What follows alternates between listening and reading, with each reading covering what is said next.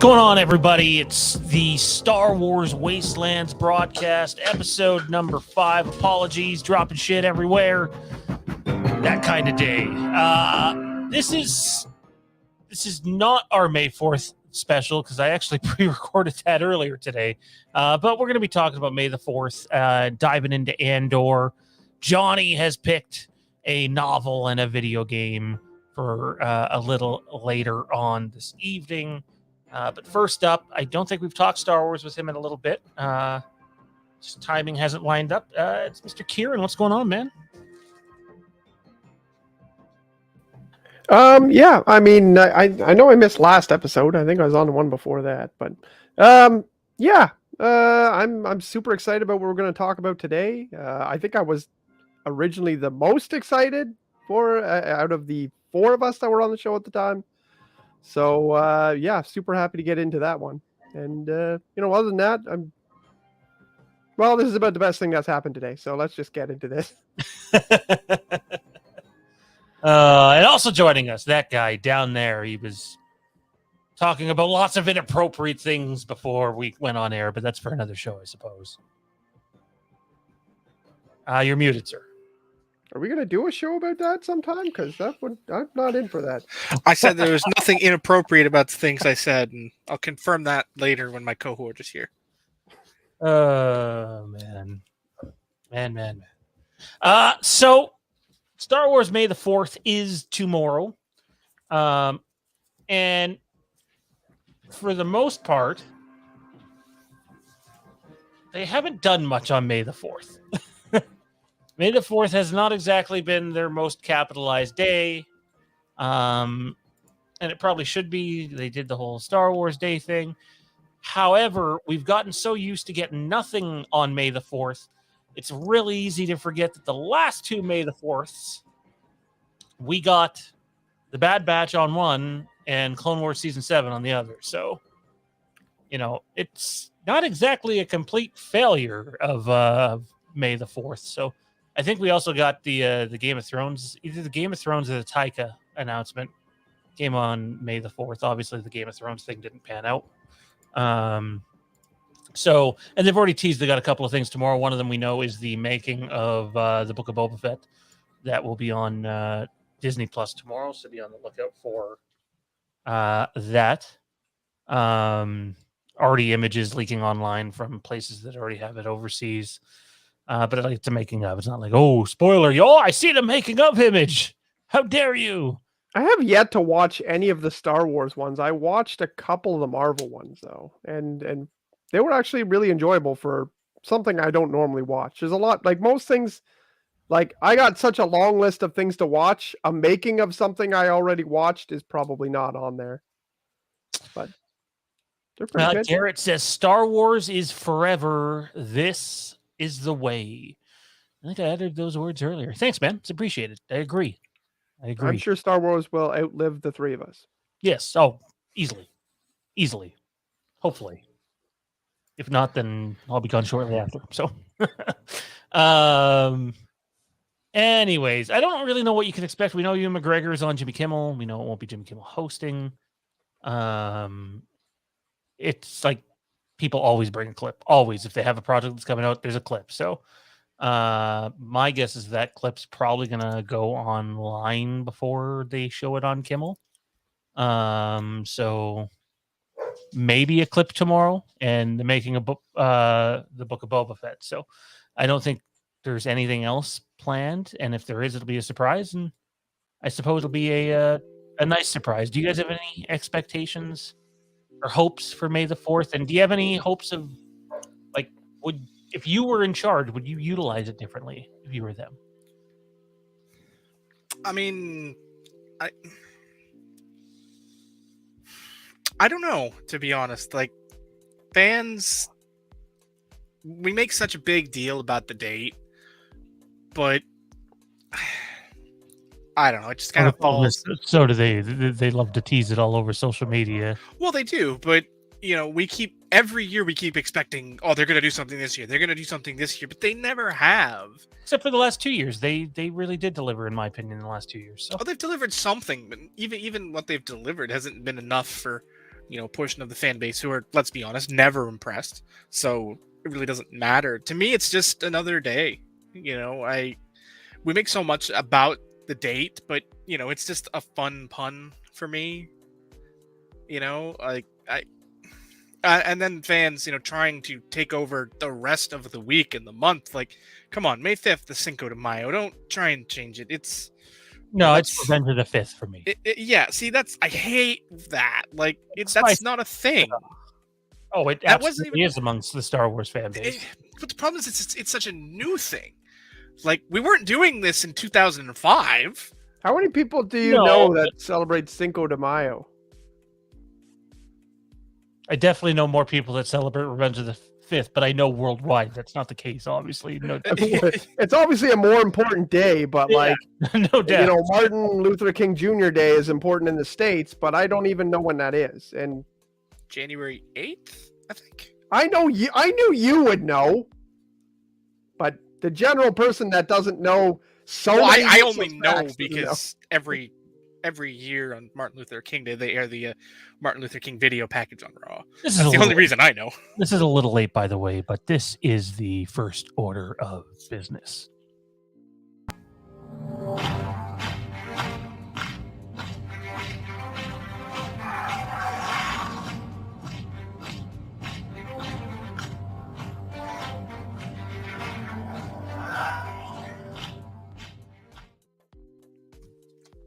All right. The first order of business was Johnny getting raped by trolls. Nope, that was pre-show business. Oh, we didn't talk about that on the air? Okay. No, we did not. Garrett says, I hope we get an official trailer for Kenobi. I know we got the teaser, and that was fantastic. Cannot wait to seeing Obi-Wan Kenobi yet again.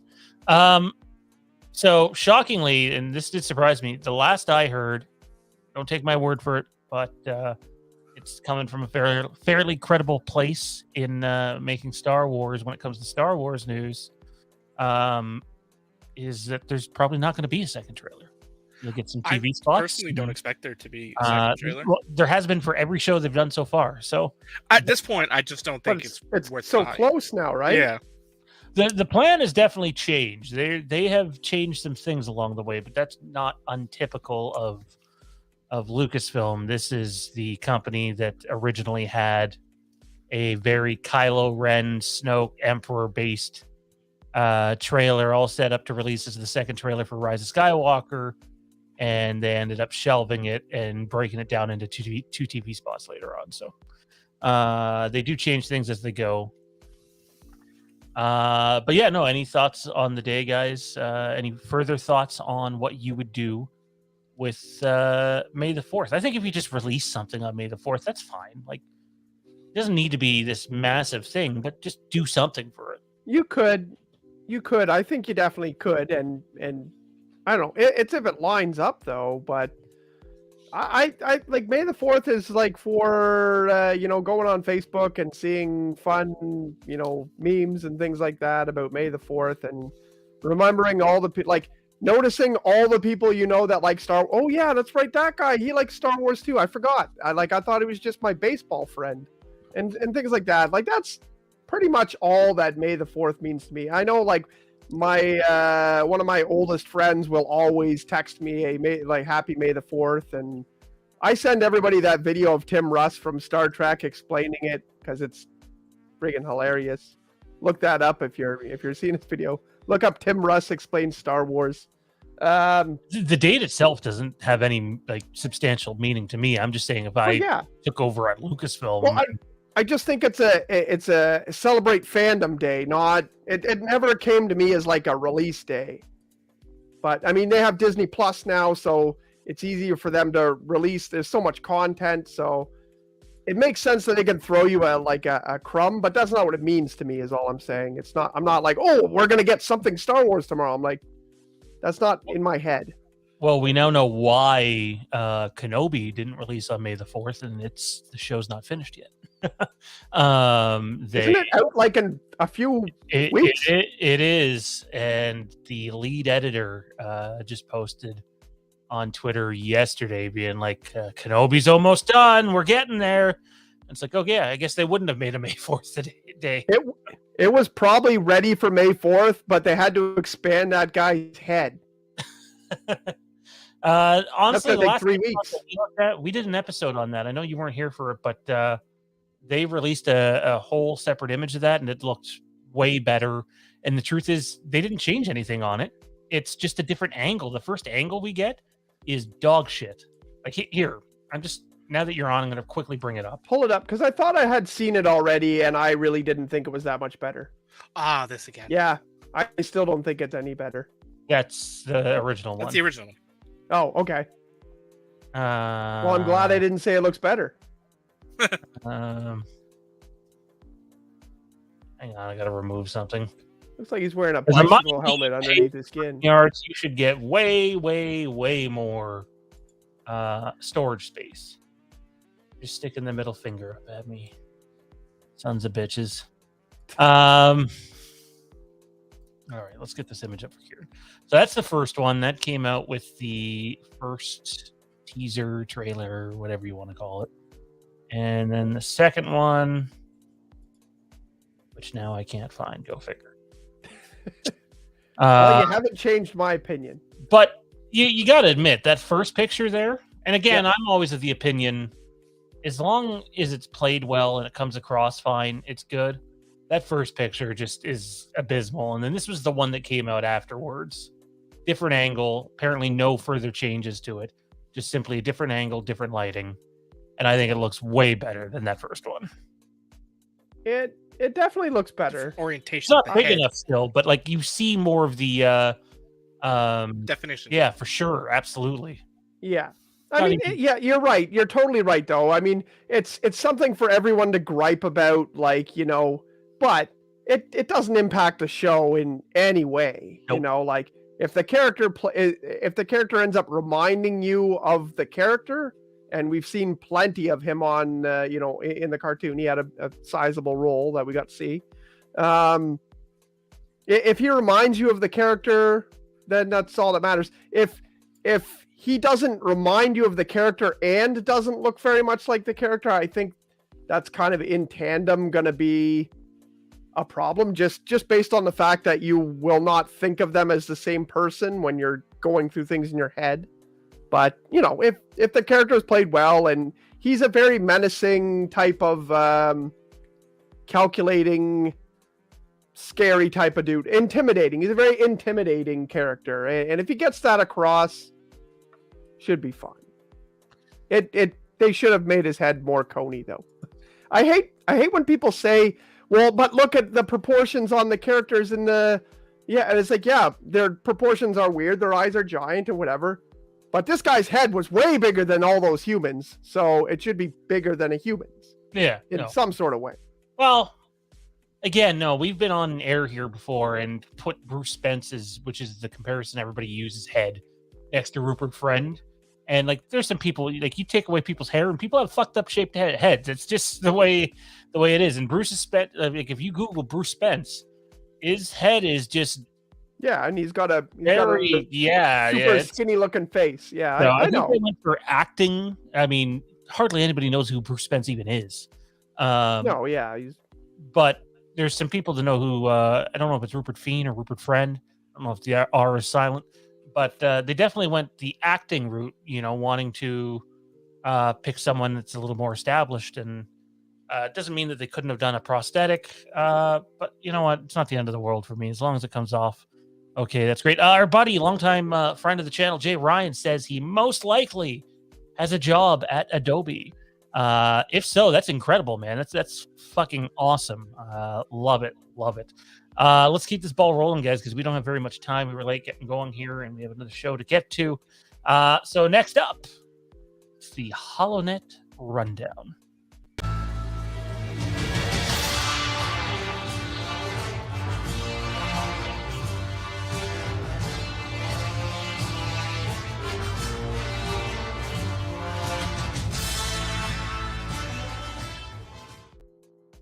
I think I spotted Kieran's favorite actor in that frame. Anyway. I didn't see any actor in that last frame.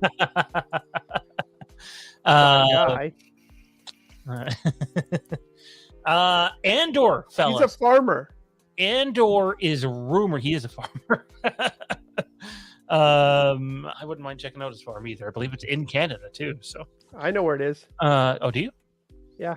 I don't know if you're being tongue in cheek right now or No, I do actually know where it is, but I haven't yet visited it to throw eggs at it. Yeah, he's Ontario boy, I believe. So I'm assuming it's in Ontario and not far somewhere. So, anyway, Andor, fellas, is coming up. It is rumored that it could debut in August. Man, August is going to be a busy month for TV. August / beginning of September. You might have Andor, Game of Thrones, and Lord of the Rings all out at the same time at one point. But Andor is rumored for August. I'm just curious what your guys' thoughts are on the series here in a second, but wanted to take a moment and say they confirmed that I don't know if you guys remember who Mos Amedda is. He is the speaker in the prequels in the Senate, Palpatine's right-hand man. Yeah, knows all Palpatine's secrets. The blue guy? Yeah. To be honest, more of a friend to Palpatine than Vader and Palpatine are together. You know, that's definitely a slave type relationship where Amedda and Palpatine are kind of cool. But he's going to be in it. We know they've reported that there are Imperial guards in it. Now there's rumors that Palpatine himself might be in it. I would say read, but that would be a lie. I have listened to a bunch of audiobook material lately for Star Wars, all in like that Fall of the Jedi area, the Order 66 area. I've gone through Labyrinth of Evil, Revenge of the Sith, the novelization, Dark Lord, The Rise of Darth Vader. What's the other one? Lords of the Sith, which is a new canon one. And I'm currently on Plagueis. And there's just an aspect of what this show could be just from a political standpoint. And I know there's people that can't stand politics in Star Wars. And my response to them has always been, it's literally been with Star Wars since 1977. Like, A New Hope is littered with politics from start to finish of that movie. And like, I want to, have a deep dive into the where the Imperials are at this point and where the rebellion is at this point. And we know Bail Organa's in it. We know Mon Mothma's in it. I know Ben Mendelsohn's been rumored. Which Saw Gerrera?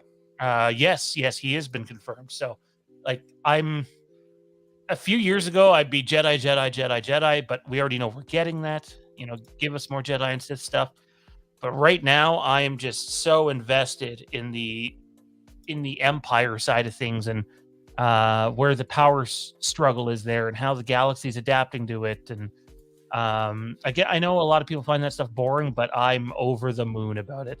I'm just curious where your guys' excitement level is for Andor. So when we did our previous kind of rendition of this show, and had my sister Cosma on the show, I know we ranked all of the brand new shows that we had confirmed or rumored. It was like 10 shows. And I had this one higher by far than anyone else. It was definitely in the middle of the pack for me. It was not very high. I think it was like number 2 or 3 for me. And that was like a really impressive list of projects, except for maybe the tail end. I'm still very excited about it. I really like Rogue One. I really like the character. And I am excited when Star Wars goes in a different direction and shows you something different. I am really big on Jedi. Same thing. Like, I want to see more about the Sith and the Jedi and ancient this and holocron that. Of course I do. The Jedi are my favorite part.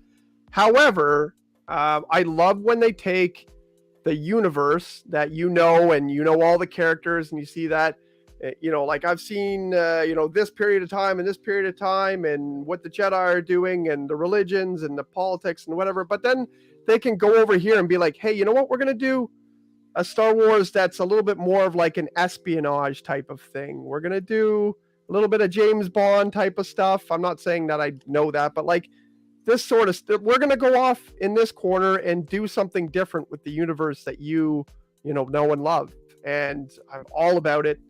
I think Diego Luna is a fantastic actor. I really didn't need any, like, all the other people that are being rumored to be in the show. I'm like, wow, I didn't even need that. I was already excited. Ben Mendelsohn, if he's in it, I'm gonna be over the moon. It's rumored, excited about that. Rumored. So if he's in it, if he's not, I won't be disappointed. But if he is, I think he's a fantastic actor as well. And I love that character. I really love that character as well. So wouldn't be surprised if we see Tarkin again too. Like, I know we've seen it in Rogue One, but like Tarkin is a big part of the Empire. And anything that has to do with the politics of the Empire is he's a big part of that as well, right? So I agree with you as well too on that point, that politics, like seeing a bunch of seeing all the Imperial guys around a circular table there, and Darth Vader interrupts and they're like, go away, like we're running the day-to-day business. Of course they get fucked because of that, but there is a big political and environment in Star Wars from the beginning, and it's based on real life type of events that have happened. So George Lucas took from this and that and said, like, this is what's happening in this world. It's similar to what's happening in our world at some point in history. Anyways, so super excited, and I honestly very high on my list of things to be excited for. It's 1-to-1 with Kenobi for me. Like, I'm just as excited about Andor as I am about Kenobi. It's not that high for me, but I know that I'm probably alone on that, but it's number 2. Hayden Christensen is going to be in that. So actually, I'm not going to lie. Don't do it. Be in the other show too. So he better not be. No, that's whatever. It is what it is. I don't care. I don't care what he's in. But I mean, Andor just has the ability to touch on so much during that time period that gets talked about, not only in Revenge of the Sith deleted scenes when you're seeing the birth of the rebellion, but in Rogue One and in the original trilogy. So it's a rich time period to explore all that stuff. Johnny, is the political stuff going to bore you? Or are you up for Star Wars spy and espionage? It's all about how they present it. I mean, I have no issue with, political dramas if that's how they're presented. Like, The West Wing is a favorite show of mine, and that's all politics all the time. But that's what it's supposed to be. So I've no issue with, politics, but I think the politics should be more of the backdrop than the focus. Like, it's okay, being mentioned and talked about because it is relevant to, Andor and the things he's doing and all of that stuff. But, we don't need to spend an episode in the Senate floor. Like, I don't need that sort of meandering waste of my time stuff. Like, that's sort of where, Attack of the Clones gets bogged down. Is there's too much of that. There's too much talky talk and not enough action. Whereas I think this one's going to have more action than talky talk. I disagree completely. I think you're getting your hopes up if you think that's where it's going. But then I'm just not going to enjoy it. It's as simple as that. I don't need, the political machinations of the Empire. I don't. That's not what I don't need to see the moving wheels of a fascist government. I just don't. That's not something I'm interested in seeing. Whereas you might not like this show then. If this is about, the rebellion and, the things that they do to sort of undermine that, I'm okay with the politics being necessary to establish what you're undermining. You can't just jump in and be nefarious and devious without knowing what you're acting on. You still spend 20 minutes talking in the beginning of a Bond movie to establish what the villain is trying to accomplish. Those things still happen. You still have that exposition, and it's necessary. It's just once that exposition becomes the whole story, when the talking becomes the primary focus and the action becomes secondary, that's when you've flipped the script and gone the wrong way. Like, the talking is fine as long as it leads to action and the I action am is so good. the exact opposite of that. I am the give me the dialogue, give me the story. That's what I want, and then pay it off at the end with action. Well, I don't mean. It's I think you're misinterpreting what I'm saying by action. Like I don't mean there can't be talking, because you have to set up the things that are going on. You can establish that through talking, and through dialogue. That's fine. That's not the dialogue I'm referring to. It's the political machination dialogue that's where things get drummed down and boring. Like I think, I mean, even Book of Boba Fett had a lot of making deals and like that sort of stuff. If it's like just a little bit more than that with that sort of conversation piece, I'd be fine with it. But if it is the West Wing Star Wars version, then yeah, I won't. I'm not here for that. They can bring Martin Sheen, and I still won't. I mean, I don't know. I might enjoy that. Anyways, though, Andor is setting up to be something definitely special not too far from now. We know there's going to be at least 3 seasons of it. Sounds like it might get capped off after that. Really curious to see where the crossover is between Andor and Kenobi, and I believe the crossover ties it. Like, this is pure speculation on my behalf by connecting the dots.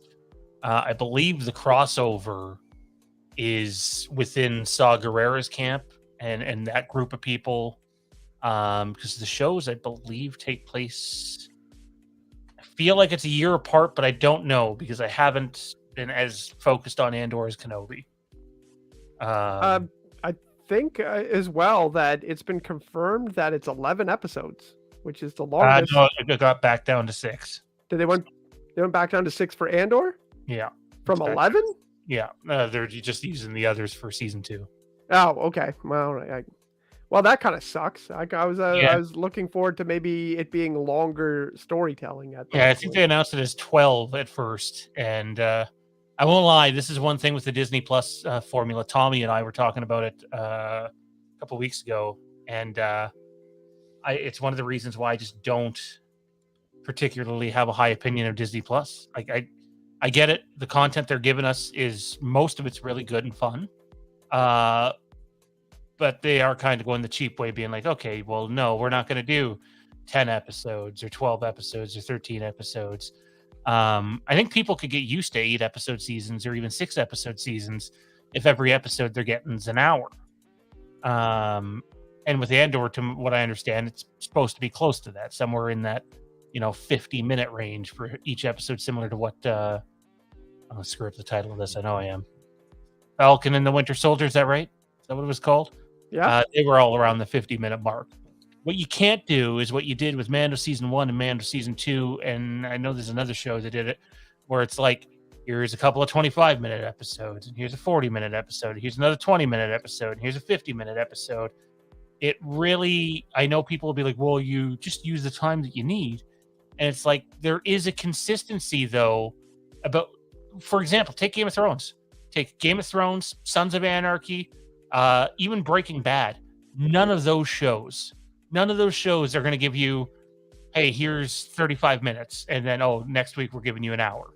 There's a level of consistency to the storytelling. As much as I love The Mandalorian, and I do like it a lot, love it even, the storytelling is very...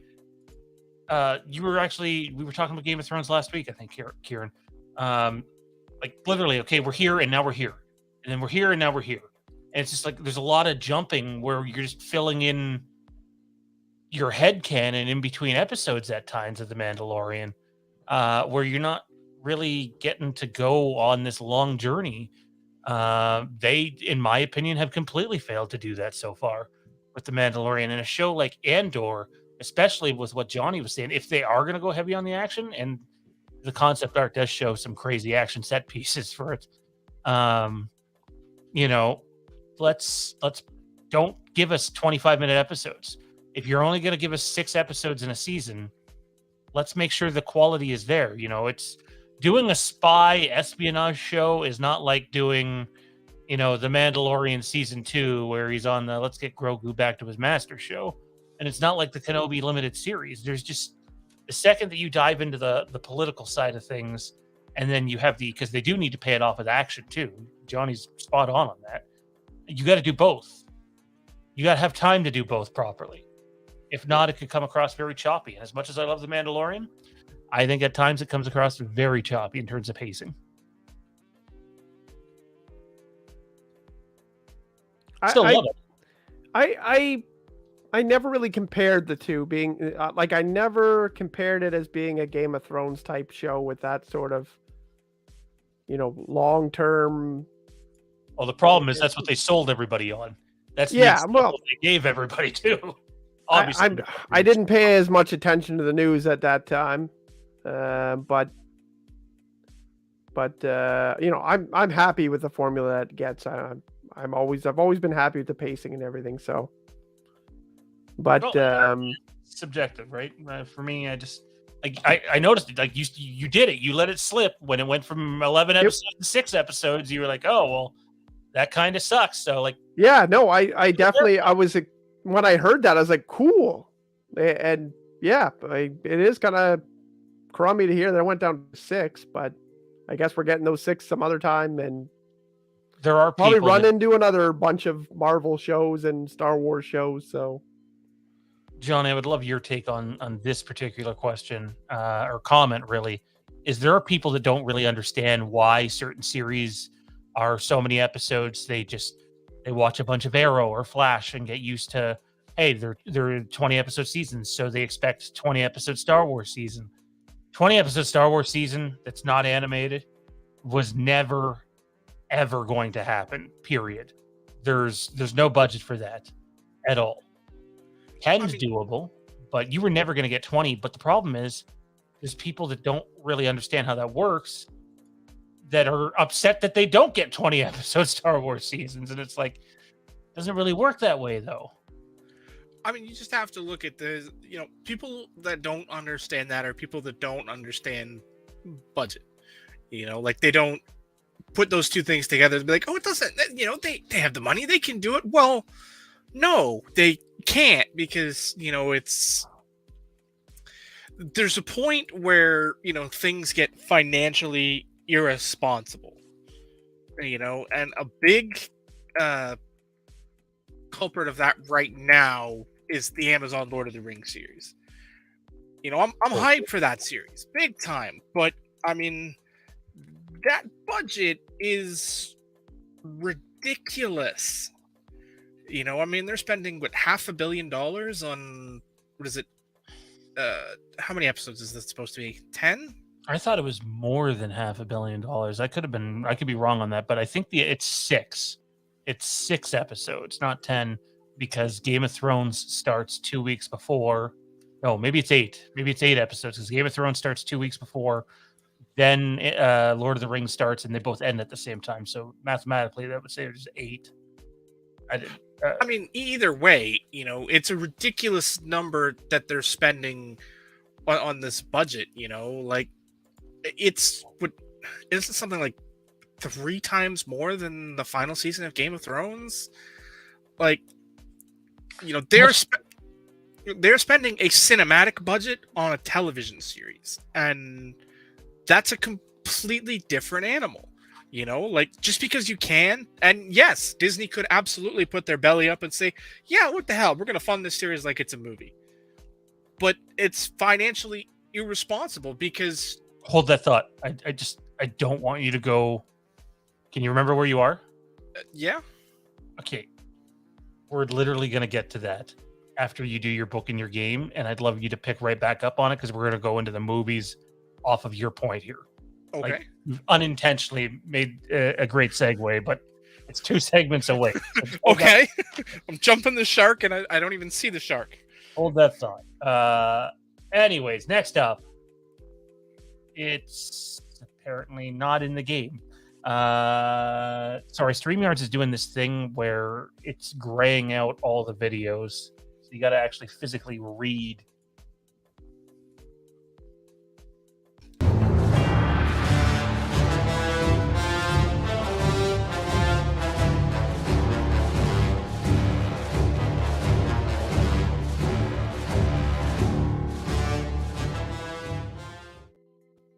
people can hate the prequels all they want.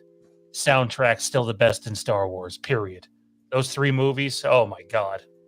Can't argue that. That was Williams' friggin' his bow. John Williams could do the soundtrack for literally any film and make it good. Like, he could pick literally the worst film ever created and do the soundtrack for it, and the soundtrack would be great. The movie's still trash. The soundtrack would be amazing. See, I wouldn't even go that far. I know we're going off track here, but like, I thought the soundtrack for The Last Jedi and The Rise of Skywalker were both terrible. Okay, I mean, I guess thought that took away from the movie. Like, I might feel completely different about those movies if The Force Awakens, like if it would have hit like the Force Awakens soundtrack did. I love John Williams, and I will forever say that he is without question the greatest film composer ever. However, his day in the sun has passed him by. Yeah. You know, and that's not a knock. Like, there's still quality, you know, tracks, even in, you know, there's individual tracks that are quality. But, you know, start to finish, the prequel trilogy soundtracks hold up. You know, start to finish. There's no bad tracks. There's a reason why all the video games and everything else goes back and reuses. I mean, they use the classic stuff too, but not as much as the prequel stuff. That's a fact. He spent too much time trying to marry the sounds to the original trilogy and to the prequel trilogy. The rest of the show's canceled. We're just talking music. It just, you know, it didn't work the way it could have. And I mean, I don't even know if prime John Williams could have pulled that off. But to be honest, I don't necessarily think that was his call so much as, you know, the sort of direction they gave him. But, you know, I love John. He's just, you know, he's not the John of 20 years ago. All right. Tell us about your game. You got about 2 minutes, man. All right. Well, this game for me was very simple for me to pick because it's one of my favorites, and I still play it despite the fact that it came out back in 2006. It is Star Wars Empire at War. It is a game that, when real-time simulators were at their peak, there were so many great ones that stood out. That's when Command and Conquer was at its peak. That's when Civilization was just sort of, you know, rising up through the ashes. And I think even StarCraft 2 came out around this time, I think. Or StarCraft. There was, you know, there's all sorts of real-time strategy games, but this one was Star Wars. And it stood out. It gave you all these planets, all these stories, and you could actually sit back and play general. You know, you didn't need to press the buttons and shoot at the enemies, but you could control the battle, control which direction the troops went, and which angle you engage the enemy from. And there's just so much of that is fun, that just, you know, allows a guy like me who likes to think about these things, likes to play these kinds of games, to just sit back and run the battlefield. You know, I love playing Axis and Allies and those kind of games, and this is that, only in the Darth Star Wars Vader was a universe. badass in this game. Darth Vader was a badass. The only characters I can think of that were not badasses were R2 and 3PO. You know, you see them, and it's like, oh, great, I'm wasting a hero in this level. And if you make a game and Darth Vader isn't a badass, you failed. You failed somewhere, yeah. Unless it's a Lego game, in which case he's not supposed to be a badass. But that's a whole different kettle of fish. Well, hopefully they make another one of those. I liked it. I got to play it a few times. I don't know if you remember Heads Up Gaming. The place over by they were there for about a year and a half or so, and I played that a lot there. So, how about you, Kieran? Did you ever try it? I have not played this game. I played some of the older games that were this type of strategy game. Yeah. I'm not sure what the first one would have been, but I would have been. Oh, maybe I did play this one. Yeah, maybe it was this one. I don't know. I have played games of this sort. I remember that they were fun. I always used to like being Wookiees. That was fun that we could have an army of Wookiees. So that's all I got to add. Other than that, I don't have too many memories of it. All right, well, let's keep the ball rolling. We went a little long in the other segment, so we don't have too much time left here. Johnny, it's time for the Jedi Archives.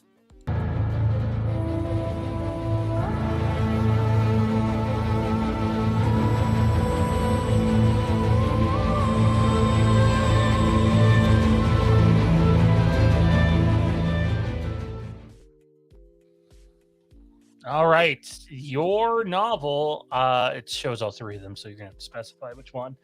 But your novel selection.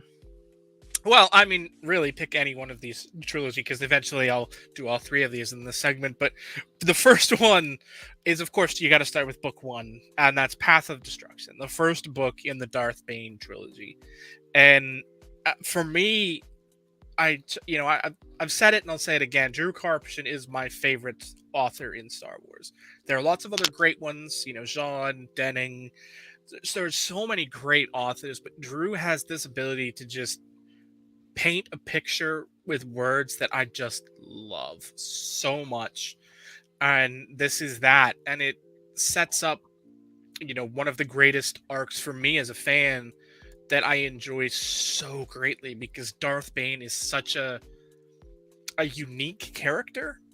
He has that intelligence and that thoughtfulness that you don't see from villains in the future who rose up from literally nothing. He was a slave on some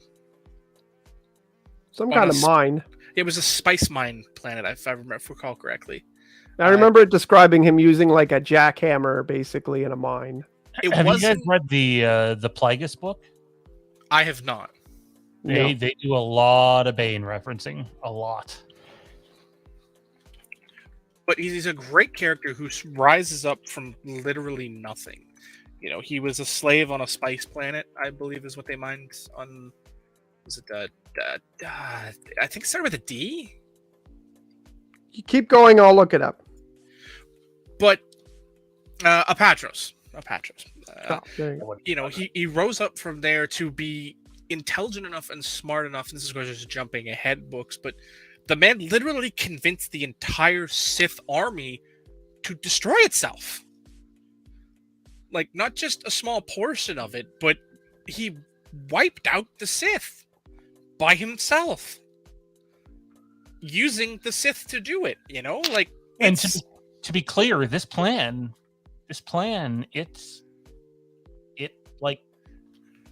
Palpatine is Darth Bane's plan. Like, not him personally, but the rule of two. And instead of ruling through power, hide yourselves, get wealthy, build up all your resources. Rule from the shadows. Yeah, exactly. And if they don't know you exist, they can't hunt you. The Plagueis novel starts off. I actually won't tell you how it starts. It's a pretty big spoiler, and you should read the novel. It's fantastic. But you get to see Plagueis as an apprentice to his master.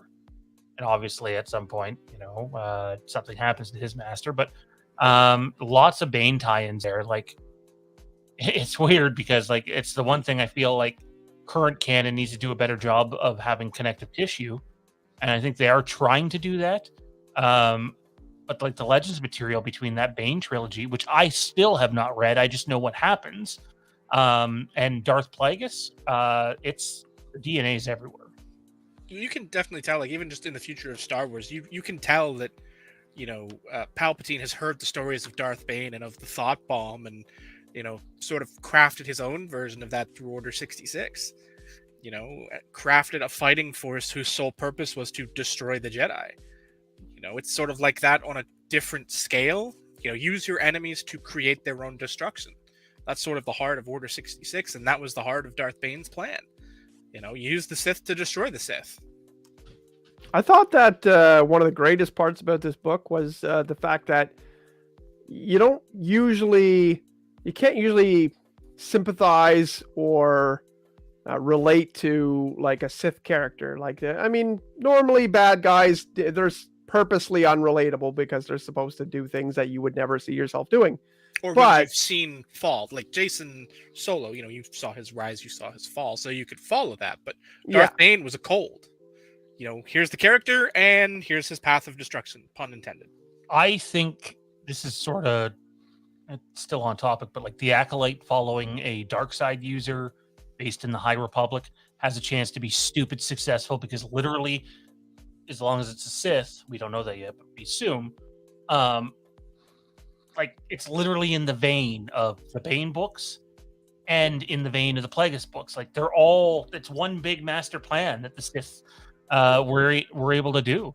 Well, and we know that whoever this character is, they're probably going to be really successful, because there's got to be an end to the High Republic. So yeah, for sure. Oh, the end of the High Republic is really essentially a few years before the Phantom Menace. So, at least that's how they're referring to it as Lucasfilm, anyway. Yeah, no, I think it has a chance to be fantastic, The Acolyte, and I just think looking at it from a Darksider's perspective, again, I need to sit down and I want to do the Bane trilogy, all three of them in a row. But like even the Palpatine stuff in the Plagueis novel, like I've never read the Plagueis novel, so this is my first time I'm listening to the audiobook, but I find myself very conflicted because we are following Plagueis, but we're following Palpatine too, and it's like I think Palpatine's a great villain, but it's like it's hard to picture him not as that, you know what I mean? And it's definitely a hard follow. And I don't know if Bane has any characters in the novel that are like that. The Bane novel does not start off with him and his parents. Well, it starts off. I don't think we ever see his parents. No? I think he was an orphan from the jump, but he was in like the slave mines. I can't remember if it was spice they were mining or some other, something of that ilk was mined on his home planet. And he eventually, smuggled himself off world and, became Darth Bane eventually. I just loved. There's so much in those stories that I love, and quite honestly, I'd love to see the Orbalisks in canon. I'd love to see them find a way in there. Yeah, I still feel like we pay too much attention to what's canon and what's not canon anymore, but like that's kind of on Lucasfilm. So, anyways, there's going to be no Senate discussion for tonight because we are flat out of time. But before we go, wanted to do some rapid fire. Let's get Johnny and Kieran to do some predictions for tomorrow, May the 4th. All right. Any Star Wars video game announcements, strictly from StarWars.com, new Star Wars video game announcements, not, hey, we've put this title from 20 years ago on sale for $2.99. Any new Star Wars video game announcements tomorrow, yay or nay? No, we just got that announcement a couple of weeks ago. I think that's all we're going to get. Like a brand new one or an add-on to that? Like, for example, if they announced something regarding Knights of the Old Republic or Jedi Fallen Order or whatever. Yeah. Okay, so new information. Yes. I think we'll get some sort of new information. Yeah. Not much. There's a bunch of games we don't have the titles to, so like I'd say yay for that. Yeah, I don't think we're going to get anything like titles, but I think we'll get some information tomorrow. Okay. Sorry, there's something going on outside. I'm gonna have to check it after this. Anyways, do you guys think we'll get a Kenobi trailer tomorrow? I do not. Trailer, no. Clip, yes. Yeah, I think I feel like the clip's a guarantee. We already know the Book of Boba Fett thing's coming. Star Wars movie announcement. Do we get a movie announcement? They seem to love to use the May the 4th to announce movies that never happen. I mean, didn't they just put out the Disney timeline a couple of weeks ago with Star Wars films on it? Like, no. Oh, sorry. Yes, they did. But they have a film. That thing means nothing. They have a film on there that is not going to release next year that hasn't even started filming. So, well, no, but I mean, it just generally shows us what's in the pipeline. And to be honest, may not even happen anymore. So I don't think we're going to get any announcements like that with Celebration just around the corner. They usually don't use Celebration for that stuff though either. So you're going with no. Kieran, how about you? No. Any prediction, fill in the blank? What do you think will happen tomorrow?